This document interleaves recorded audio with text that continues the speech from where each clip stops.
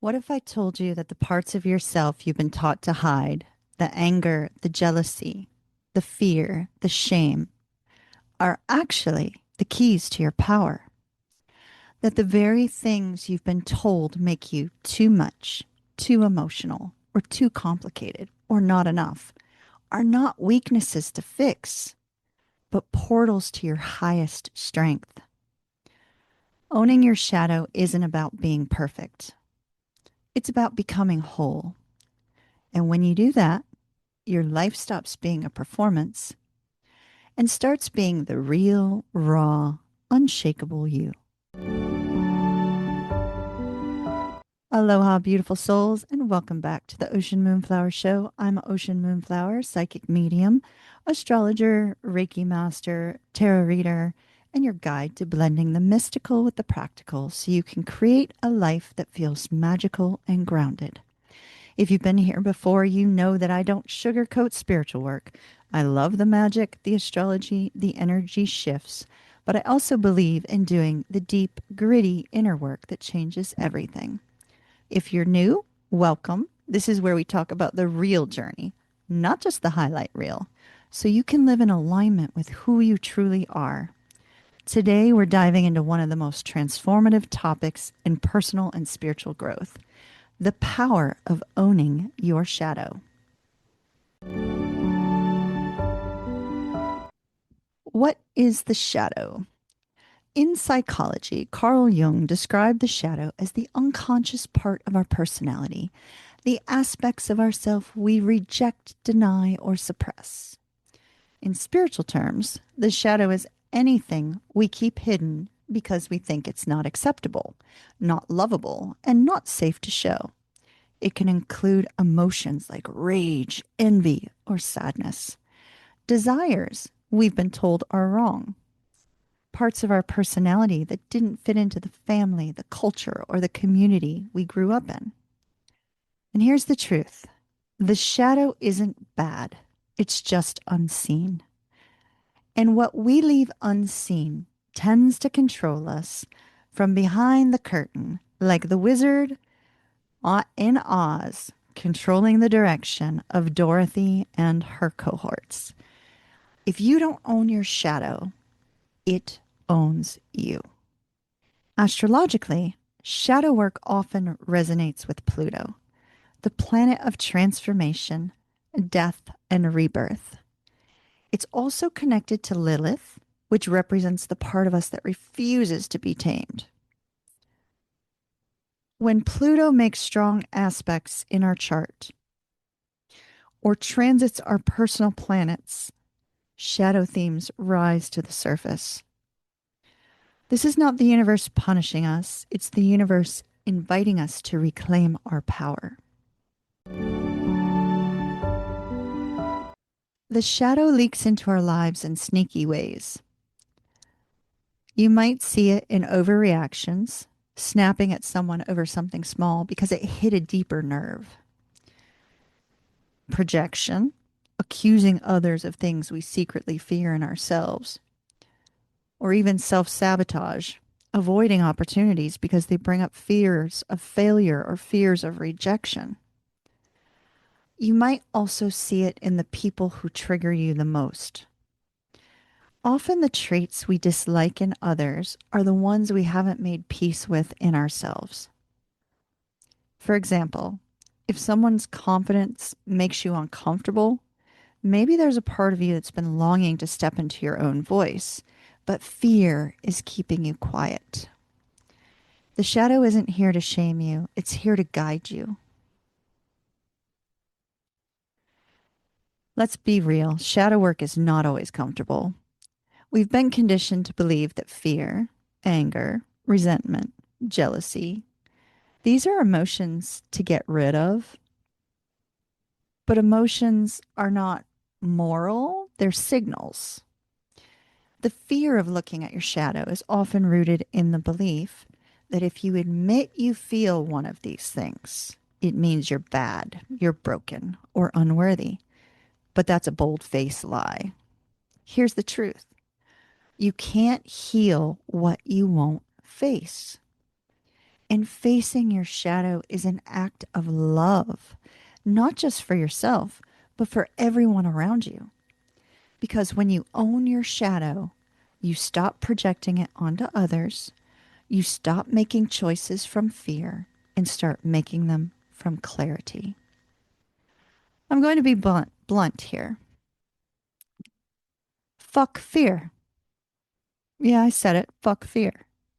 Fear is loud, but it's not always truthful. It's designed to keep you safe, not fulfilled. If you only listen to fear, you will avoid the very experiences that would expand your life. When you feel fear, instead of asking, how do I get rid of this? Try asking, what is this fear protecting me from? And do I still need that protection? Sometimes fear is pointing towards the exact thing you need to do. And yes, you can still feel fear and take action. That's called courage. Here's the thing though, shadow energy isn't meant to be buried, it's meant to be transformed. Anger can become passionate drive and ambition. Jealousy can become inspiration and clarity about what you truly want. Resentment can become a boundary that protects your peace, the shadow that holds fuel. And when you stop wasting energy and suppressing it, you can redirect it toward creating the life you want. Astrology connection to this is when Mars, our planet of action, interacts with Pluto or Lilith. We're offered a chance to channel intense emotions into unstoppable progress. So, how do you start owning your shadow? Here's a very simple framework you can use. First, notice the trigger. When you feel an intense emotional reaction, pause. Name the trigger without judgment. I feel angry. I feel jealous. I feel ashamed. No moral labels. Then ask what it's protecting.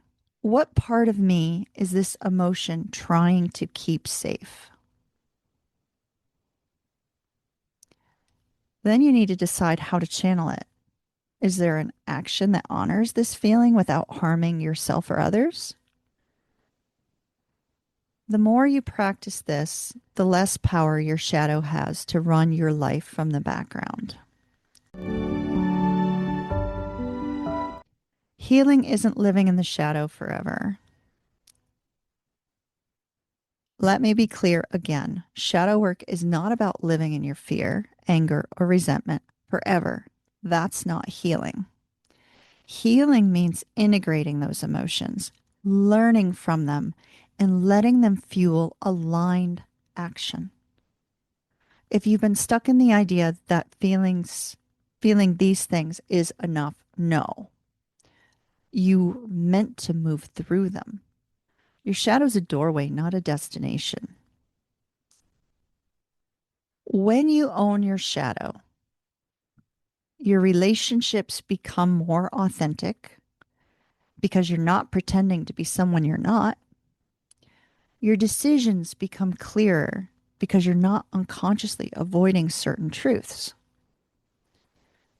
Your energy becomes magnetic because people can feel your wholeness. Owning your shadow doesn't make you perfect. It makes you real. And that's infinitely more powerful.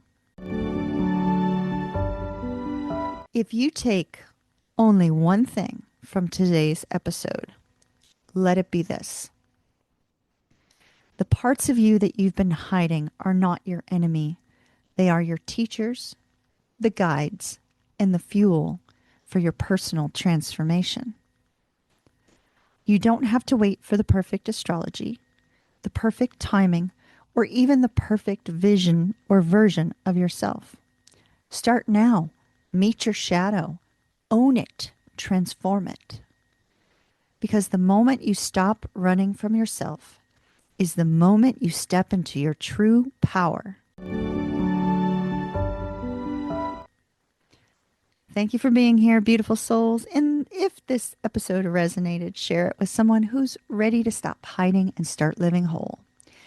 And remember, your shadow is not the end of the story. It's the beginning of your becoming. If you are in need of a personal energy blueprint by going through your astrological reading, please visit me over on oceanmoonflower.com. And if this resonated, I'd love to hear from you about this. I am on Instagram at Ocean Moonflower. I'm also on Facebook at Empress Moon Tarot, as well as YouTube, Empress Moon Tarot. Please reach out. Let me know how you're working through your shadow energy and how you're allowing it to transform your life for the better. And until our next episode, this is Ocean Moonflower signing out. Mahalo nui loa. Love and light. Kiss, kiss. Ta-ta for now.